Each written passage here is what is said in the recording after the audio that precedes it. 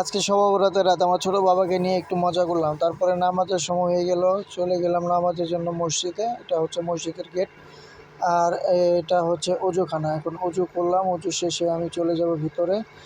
এই মসজিদটি খুব সুন্দর আর ইউনিক একটা মসজিদ।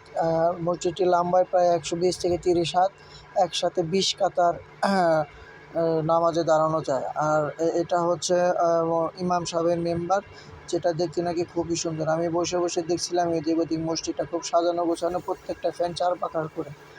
আমার কাছে খুব ভালো লেগেছে। আপনাদের কাছে কেমন লাগছে বলে যাবেন। আজকে শবে বরাতের রাত আমার ছোট বাবাকে নিয়ে একটু মজা করলাম। তারপরে নামাজের সময় হয়ে গেল, চলে গেলাম নামাজের জন্য মসজিদে। এটা হচ্ছে মসজিদের গেট।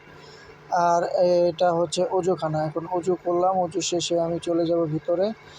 এই মসজিদটি খুব সুন্দর আর ইউনিক একটা মসজিদ।